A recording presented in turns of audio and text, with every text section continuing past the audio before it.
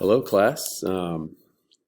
This is my last real chance to offer some feedback. As I mentioned in my announcement that I posted in Canvas the other day, this particular assignment is tends to be very time-consuming one to critique and offer feedback on. Even when I've taught this class on campus, it usually took more than one full class session to critique them all because you really have to go into a lot of detail. I'm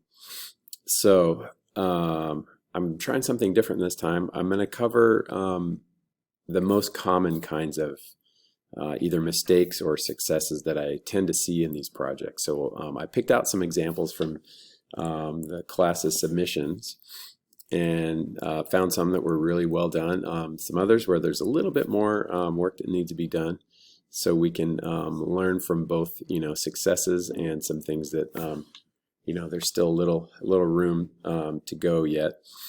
So yeah, and then take a look at your own work, and then you'll want to just kind of compare notes and see, did I do that? And look closely and see if maybe you made a similar mistake, or if you you were similarly successful like some of the others. And then some of the other things to watch out for aside from the transform and lens correction tools would be the typical things that we usually talk about, which is maybe overdoing something. So I've counseled against, be careful of using too much dehaze or too much saturation or contrast, or sometimes the accumulation of maybe a little too much of several things, and all stacked together, they can start to make the photo look a bit overdone. So, for instance, if you had too much contrast and clarity and texture and dehaze and sharpening and saturation, those things will stack up to make something that, yeah, it starts to really shout at you that it's been edited and manipulated. When what we're going for is we want people to look past the edits, or sort of look through them at the content of the photo, in the same way that when you watch a movie or a documentary, when the story is really well told and everything works seamlessly, we almost forget about the presence of the filmmakers, and we find ourselves immersed in the story. So let's get started. Let's see here. So I'm starting with this is Ray had a couple of shots that he took with a Holga. And this one has all those Holga characteristics. You can tell, they're made with a cheap plastic lens, which is part of the attraction to them, because it's an imperfect image, and so people choose that camera because of that. It's kind of the opposite direction of the sort of sterile perfection that you can get with digital. So you can see at the top, there's a little bit of kind of pincushion distortion as opposed to barrel distortion, where the curvature sort of goes outward. This, you can see it curves in. Same at the bottom. There's some more of that pincushion distortion.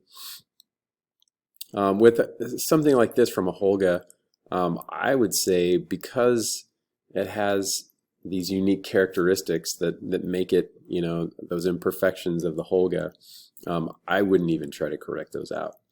I say leave them in there. I did, let's see, let me go to the develop module. I did play with it a little bit, just quickly. I'll sort of walk you through the history of it. I manually corrected some distortion. It's not completely gone. I can see just a tiny bit still, but it feels a little more straight when you look at the top and bottom. But some of that, you can see it's sharpest right here, and it gets really soft at the top and bottom.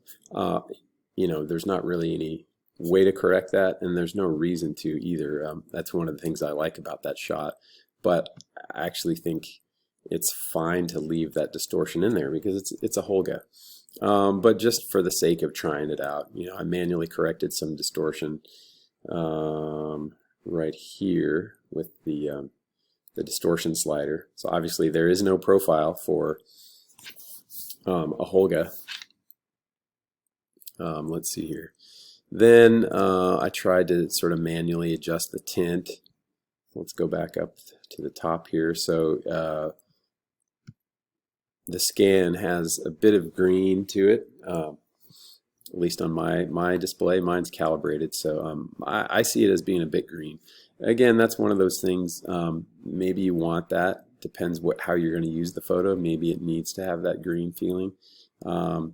So I try to just manually add a bit of magenta to cancel the green, and then I realized, oh, we've got these little pillars right here. Those are probably pretty close to neutral.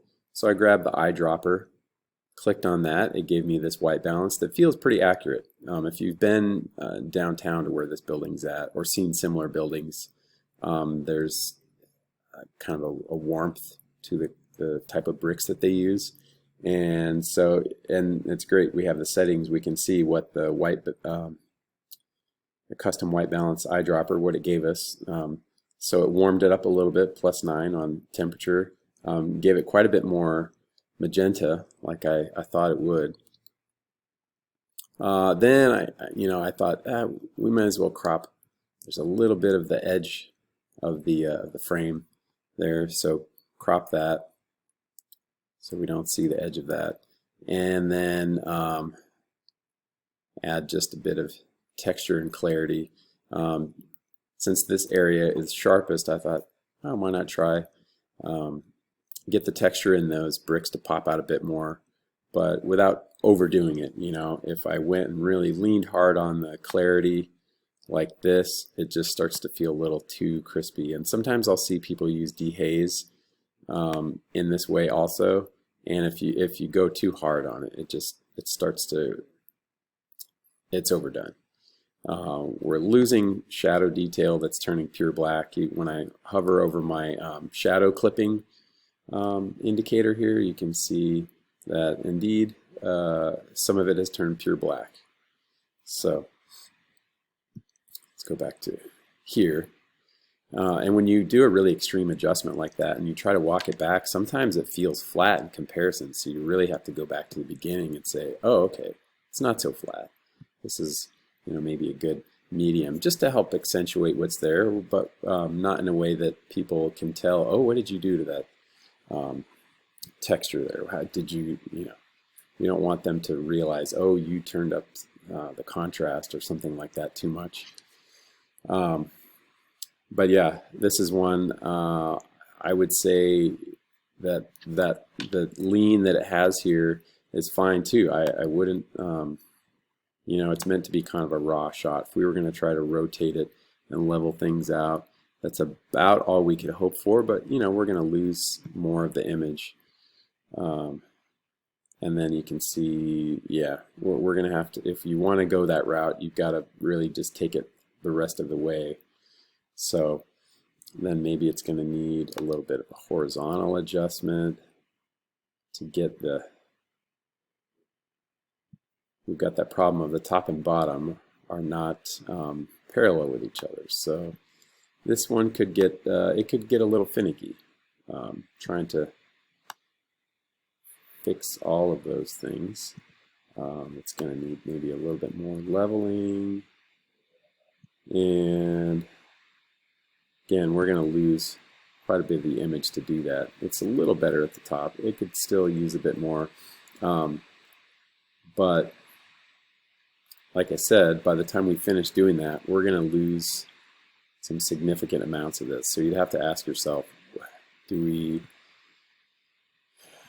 need it to be balanced and perfect, or since it's taken with a camera that gives you really raw results, do we leave that kind of tilted feeling?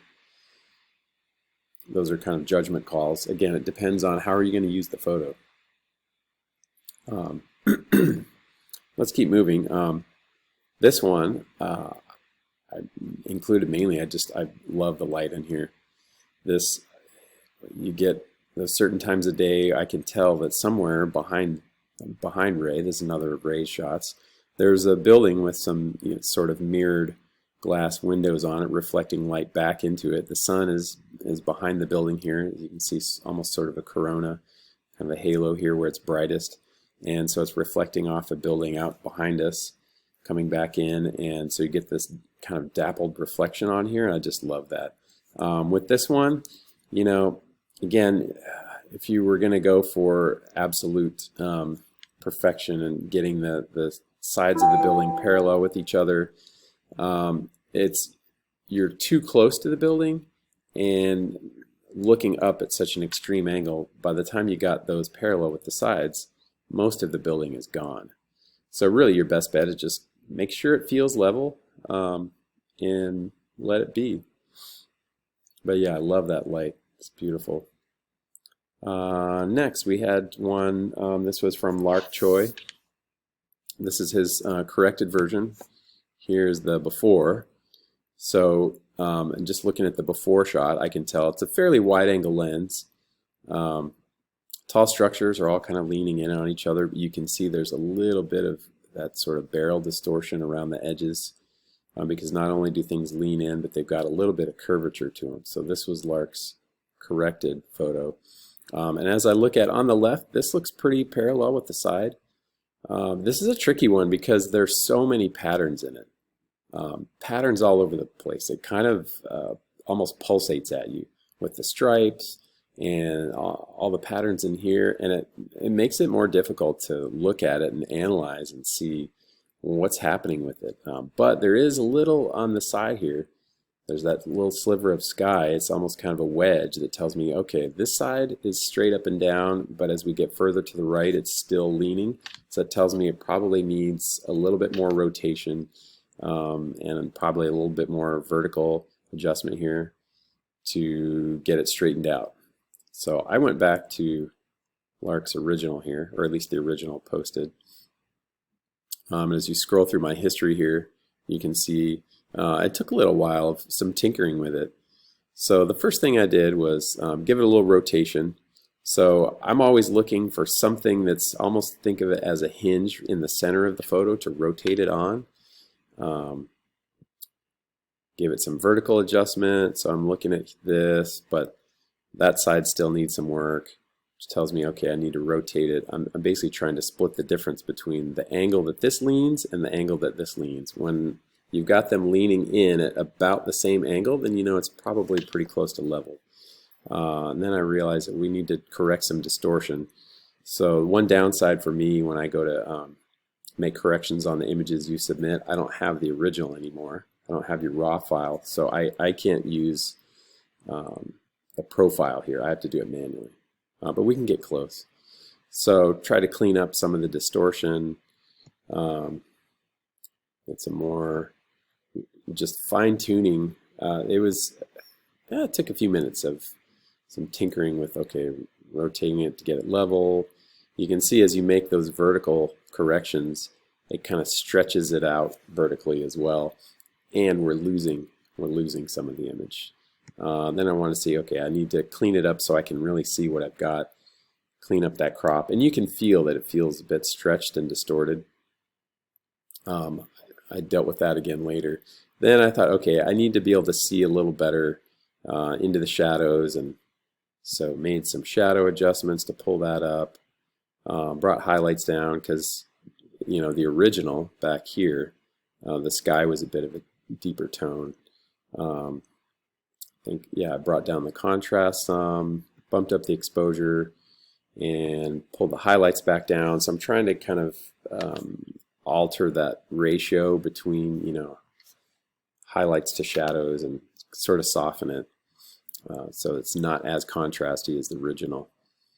Then I added a little bit of clarity, or actually no, I took away some clarity. It seemed to have quite a bit of clarity, and it was a little bit crunchy from the outset. So maybe that was your camera settings. But so that's right, I brought it down. Pulled the whites down a little bit, added a little bit of contrast so that it doesn't feel flat. Bumped up the exposure again. Then, because it still has that kind of stretched feel vertically, then I used the aspect tool to kind of stretch it back out. So we're losing even more off the side, but it doesn't feel distorted. Warmed it up a little bit. I used the HSL tool to darken just the blue. So I used, let me go up to it. I used the targeted adjustment tool, just clicked in the sky, pulled the luminance down, so which was mainly just blue and a tiny bit, just 1 point of purple. Clicked on that, dragged it down to bring it back to what it felt like in the original. Then I noticed, let me zoom in on it so you can see, right here there's purple, and there's purple and kind of a almost orange fringe on this, and that's some of that chromatic aberration. So after some of these adjustments, this stood out to me more. I noticed it and said, oh, okay, we got to take care of that. So some of you mentioned that you're still training your eye to be able to recognize that, and it takes a little time to notice it, but once you start to see it and you know where to look for it, it's really hard not to see. So I grabbed the eyedropper, clicked on it. Let me just show it to you here, and sure enough, there's that purple. There's a bit of this kind of orange. I corrected some of that too. There's a little bit of green here, but the purple was what really stood out. This kind of hides in here. You don't, especially when you zoom out, you don't see it as much. So I corrected. You see now the purple is gone. There's still a little bit of this sort of, I don't even have a word for that color, but you can see it there.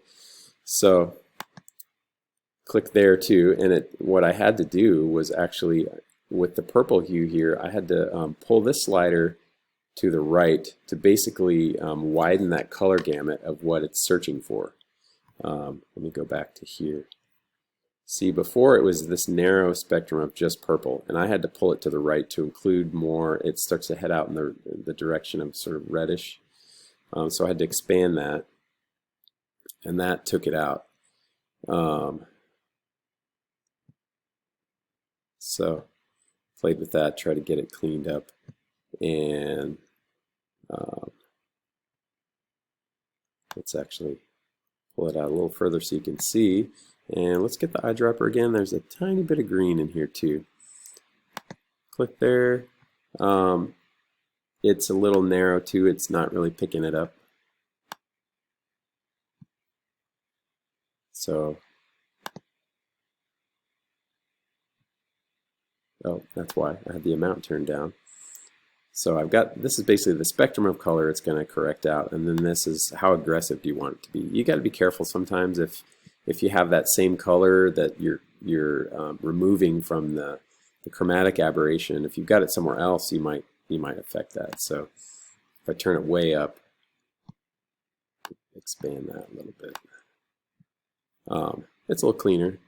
And let's see, our purple, I need that back too, so that kind of shifted when we adjusted for the green as well. So now it's pretty clean here. Click done.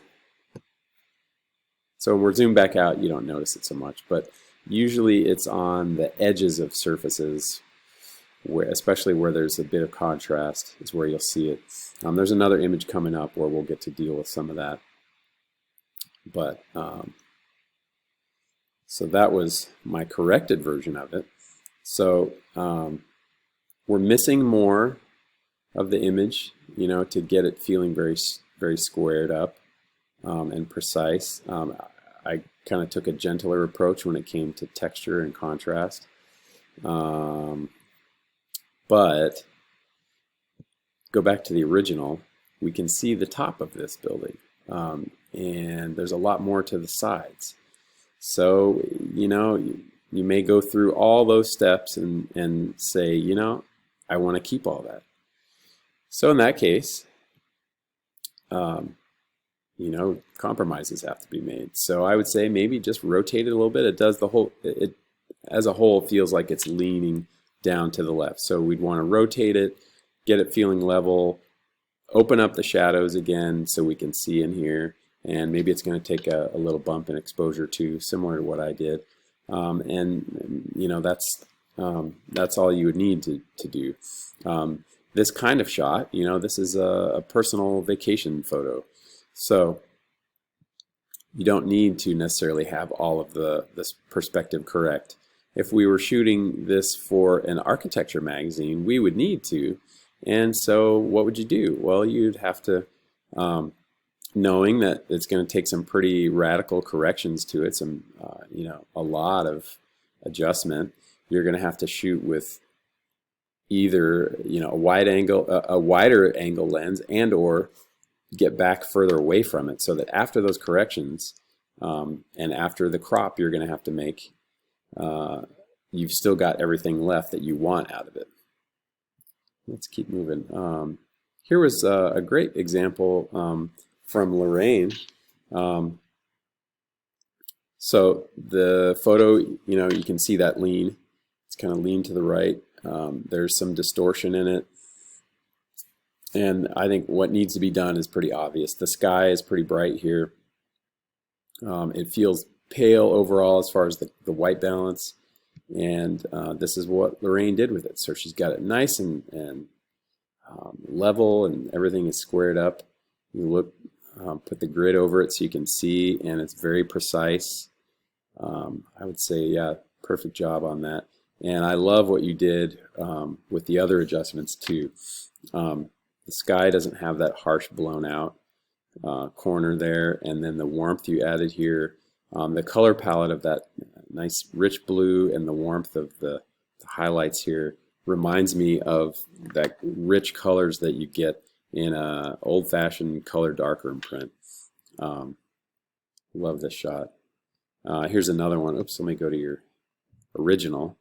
This is, I forget exactly which building downtown, but definitely there's an obvious lean to it that we'd need to correct, level it out. And it's a tall building. This is going to be leaning in. Even once it's leveled, it's going to be eventually it's going to converge somewhere out of the frame. So she's got it level, and everything is straight and parallel and really clean and precise. And by converting this to black and white, the patterns and the texture and the light and shadow, all those things are much more prominent, and it's just a beautiful example. And moving along to our next photo, here's another of Lorraine's, and this one is really close, just right out of the camera. It's pretty close. When you look at her metadata here, I can see she's shooting with a 18mm lens, and so it gives us some of that distortion that we might expect to see. A little bend to the pillars, a little curvature to the horizon. So there is a little bit of work that it needs. This was Lorraine's corrected version. So the pillars here look better. When I look out at the horizon, it seems to have a little downward slope to the right. I like that the colors feel, I guess, a little bit more natural, like a natural vibrance to them. The original was a bit overexposed, but not bad. So it's definitely all recoverable. When I look at the histogram here, there's no highlights clipping. There's a tiny bit of shadows that clipped right here, but it's such a small area, it doesn't harm the image in any way. So this is definitely doable. But this one, yeah, it's a little bit tricky. One thing that I can point out right away that makes it a little bit of a challenge to work with is it's something really simple, but just the bottoms of these two pilings on the pier here. One leg looks longer than the other, basically. Not sure why that is. I imagine when this was initially constructed, probably these the cement around these, maybe it was at a different level. Maybe one's been eroded more and eaten away more by barnacles, and maybe they initially were also covered with more sand, but they one looks longer than the other, and maybe there's other things going on underneath, you know, the sand down in the bedrock. But that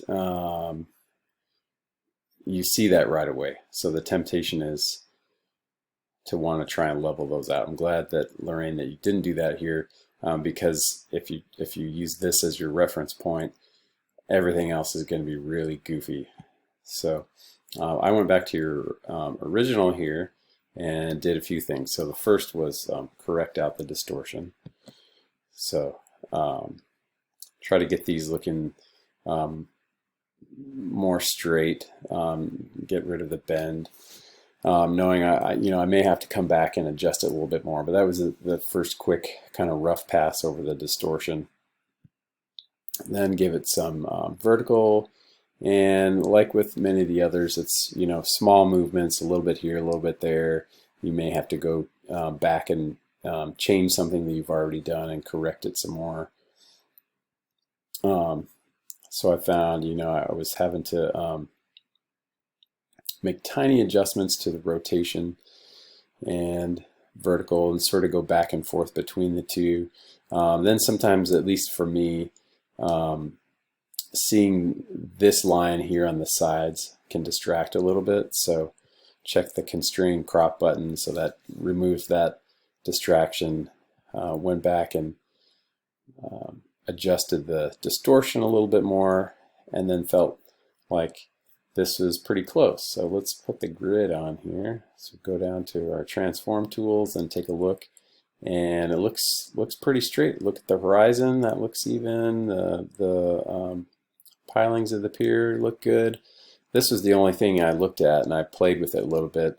I did try some horizontal adjustments, but that just created more problems elsewhere. And when I look at any of the horizontal lines in the bottom of the pier, they're good. So that told me, okay, it's not these lines here that are the problem. Those are good. It's just, for whatever reason, this piling here is a little bit longer than this one, or at least looks like it because of the cement around it. So just kind of had to tune that out. Then next I went and just did, you know, some more adjustments to the exposure here. So bring the highlights back down, add a little bit of clarity, some texture, a little bit of dehaze too. I don't usually use all three together, but this photo was pretty soft anyway because of the overcast, so I use a little bit of all three to bring some sharpness back to the horizon especially, and also get more of the texture in the clouds to separate. Then adjusted the black level a little bit so it didn't get too dark, bumped up the exposure a little bit, warmed it up a little, brought the sky back down with the HSL tool, and then added just a little bit of vignetting. I'll go back and forth, toggle it here so you can see how subtle it is. Not very much. You only really notice it when it's not there. But it's just a little bit, -6 on the vignette there. Just to try to get something that feels like it would look to our eye if we were there. And I left the crop as is. Lorraine's crop here, that can work too. I wanted to correct everything else, and then you know, I suppose it's optional whether you leave the wave. There's other action over here that I think kind of balances her out, but I think you can make the case that a crop here could be called for also. You could go either way. Moving along here, here is one of Chelsea's. I love the mood in this photo. Even here in the original, it's a little bit dark, but I can see that you exposed for these highlights there. And there's a little bit in there that's clipped, but we expect that, honestly, when you're photographing the light source directly. But it doesn't feel harsh, and it hasn't really ruined anything around it. So you can totally get away with this. This will work. Um, and it put everything else into shadow. Exposing for this makes the rest darker, so we'll have to do something with that. But it is I think it's got an interesting mood to it already. So here's our corrected version. Mainly she dealt with exposure. There's a little slight rotation to it.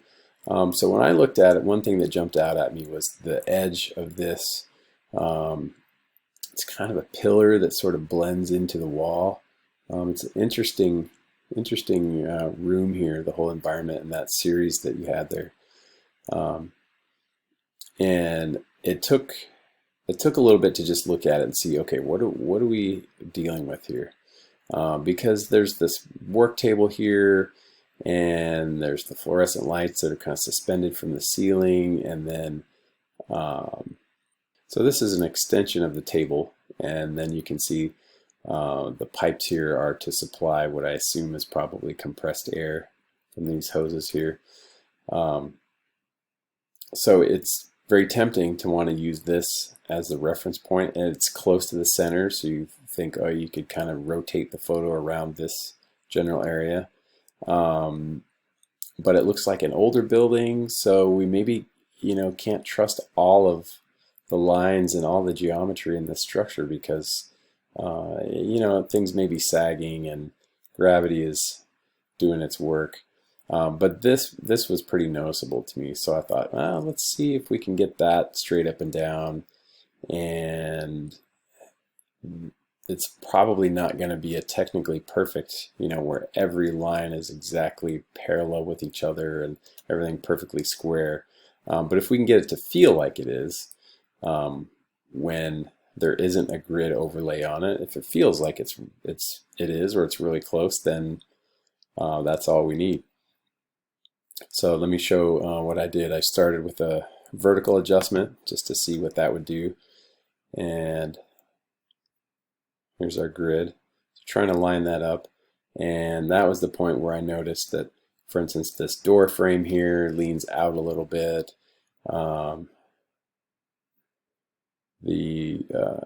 The extension of the table here that's holding up the pipes that carry the compressed air is also not perfectly parallel with that,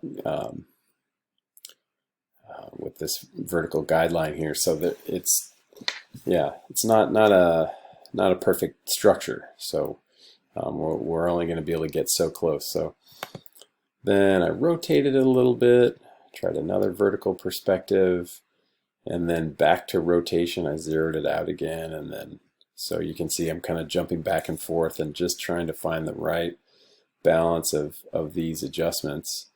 Then I turned the constrained crop on so I could see what's going on a little better.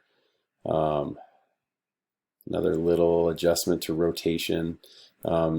This was really kind of throwing things off. When I used that as a reference point, then this, and even the door frame was kind of not exactly where it should be, and then I gave it a little bit more vertical adjustment and settle on something here. If you look at these numbers, they're not huge. It's really minimal rotation, a mild vertical adjustment, but you have to get it just the right amounts of each to get something that feels pretty solid.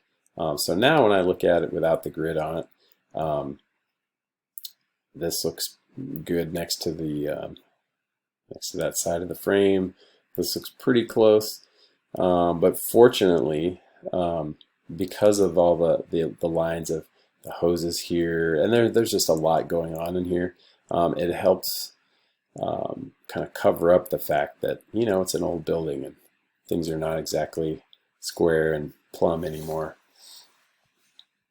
So here's where we started. A lot of little adjustments to finally settle on something like this. And it's pretty close when I look at it with the grid on it. Let's move on to the next one. This was Natalia's, and we have some water here, so we're not really going to be using the transform tools. there's no hard geometry that we have to use them for. And she mentioned in her post that, and I've heard this from others too, that chromatic aberration was something that they're still learning to see. And where I saw it was right here. See the purple fringing there? When you're zoomed out, it's not super apparent, but it's one of those things when you know what to look for, it's pretty easy to see, and it's usually around the brightest highlights, and especially like on the edges of things or out of focus highlights. You'll see there's a little bit of sort of the green yellow there, but the purple is particularly strong. So I got the eyedropper sampled right here. Click on it, and it's pretty much gone. Let's click done and zoom back out. And around the largest, the biggest bright spots in it, you don't really see it. There's a tiny bit here, and so if I just take the purple hue and stretch it out to just include a little broader spectrum of color here, then you see it starts to go away. Let's see. Do we have any else? There's a little bit of green here, so let's try that as well. That'd be a little bit trickier one. And same thing here. I can kind of expand this out.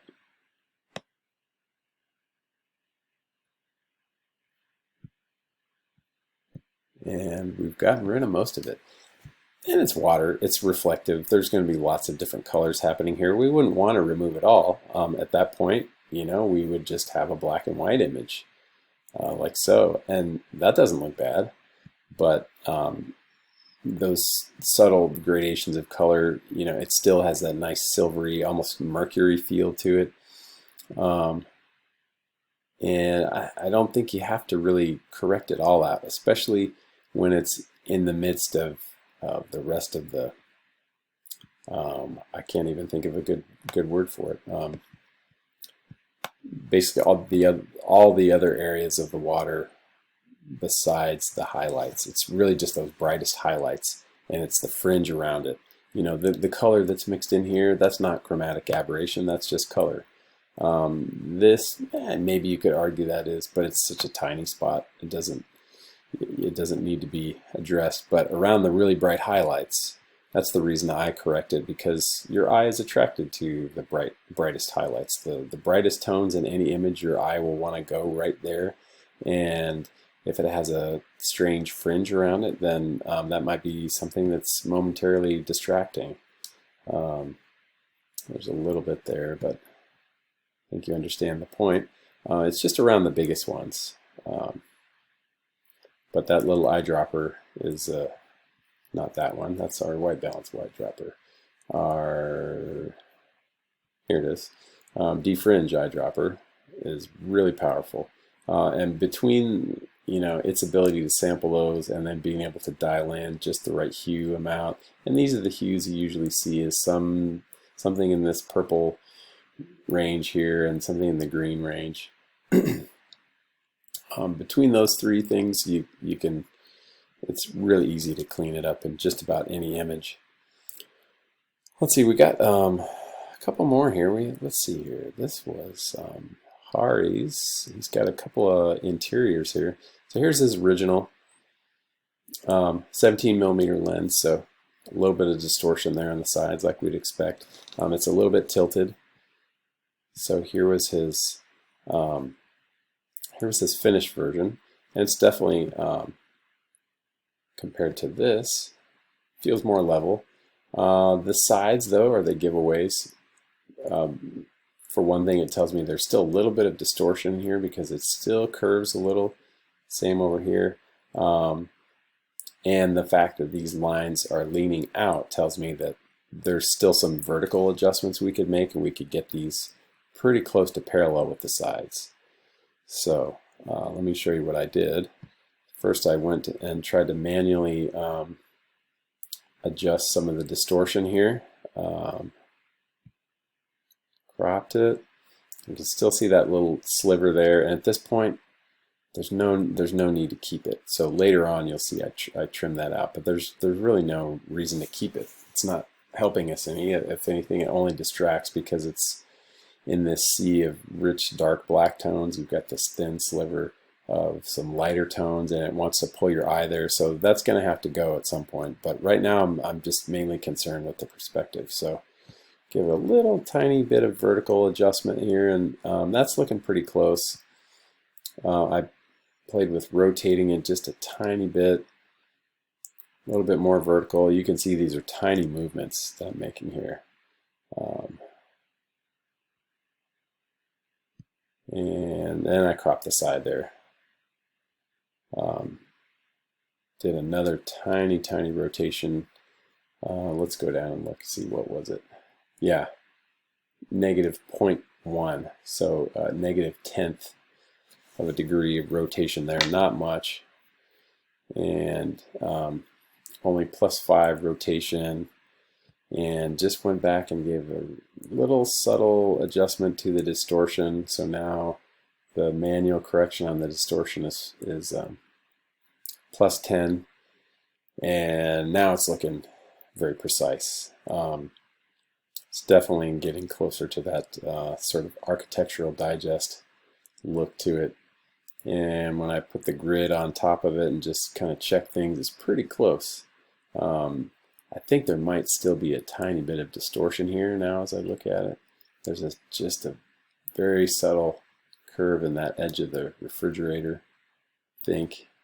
And the door frame, I think, we could probably play with some more rotation here. But it's pretty close. Again, I'm not sure of the age of this house, so this might not be exactly plumb here. But again, as I said, sometimes with something older, especially when they're made of wood, things can move and settle. And so if you can get it looking really balanced and level and very solid, then you're good. When you have structures made out of steel and concrete and things like that, they tend not to move as noticeably as they age.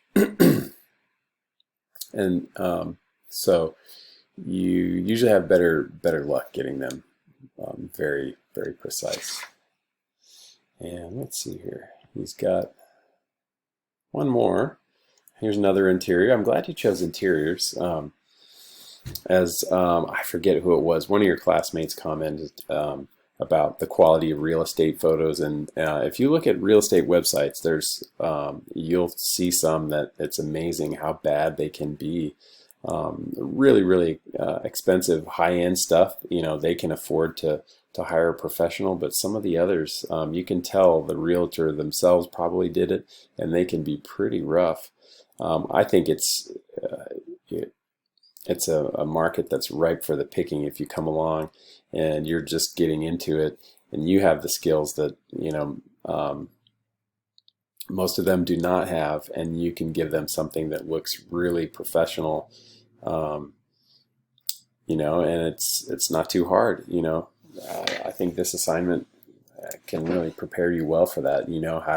How to think ahead of how to shoot, how far away you need to be, knowing that you've got to give yourself some wiggle room in the frame so that after you make your corrections, you've still got the composition that you want. So let's look on the side of the frame. There's that telltale, this wall is leaning out. The corner of this one is leaning the other direction, and yeah, it feels definitely, we're feeling that distortion there. So here is his corrected version of it, and it looks great. Let's put the grid on it and look at where all the lines fall, and it's really good. I think, yeah, let's see, what did I do here? Yeah, this one's really good. It's very close. The only place I can see a little bit of something askew, it's very minor, is in this edge right here. leans back out just ever so slightly.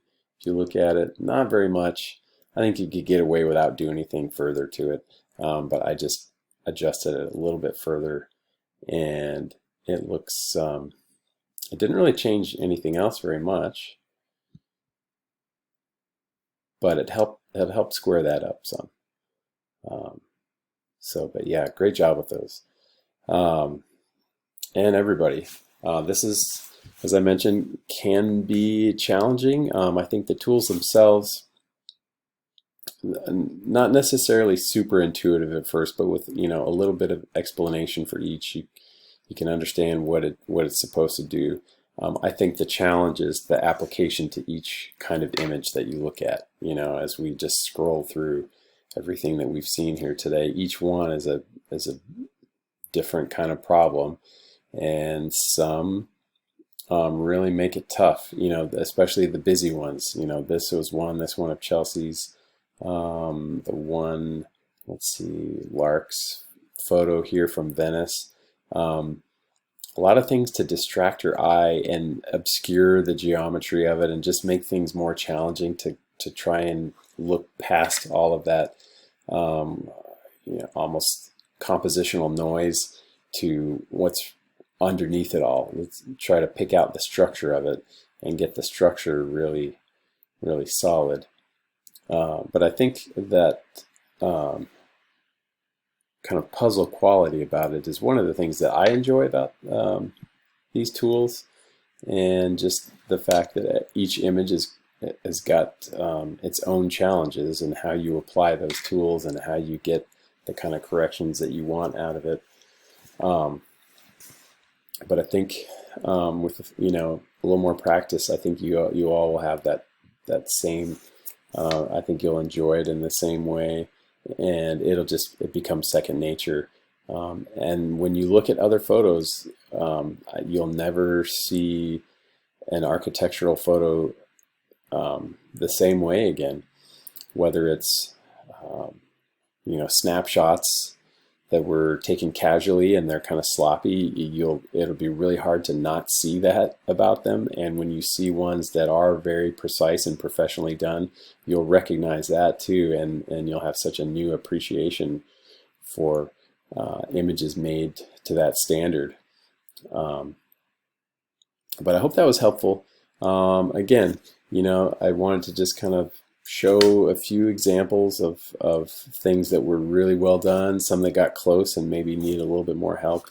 And as I said before, keep in mind that our normal rubric still stands too. We want to watch out for those situations where maybe too much contrast or too much of some saturation and things like that, where sometimes they can start to throw away detail and make something look harsh or over processed.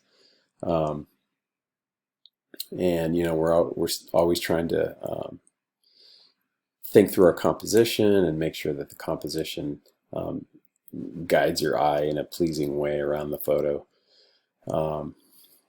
But yeah, it's been a great semester seeing your work, especially my other job teaching high school photography. I have all freshmen, and it's a really nice coming from looking at those images to looking at your images and seeing everybody has done really well this semester in this class. And I know when I look at my grade book that it's that curve is there's not much of a curve to it, because everybody is working at a really, really high level to a high standard. So I appreciate all the work you've put in, and it's been really nice to watch you guys progress and watch the light bulbs come on and see your images get even better than they were from the get-go. Let me know if you have any questions about anything. I hope that your break goes well, and that we see you back for more photo classes at City College.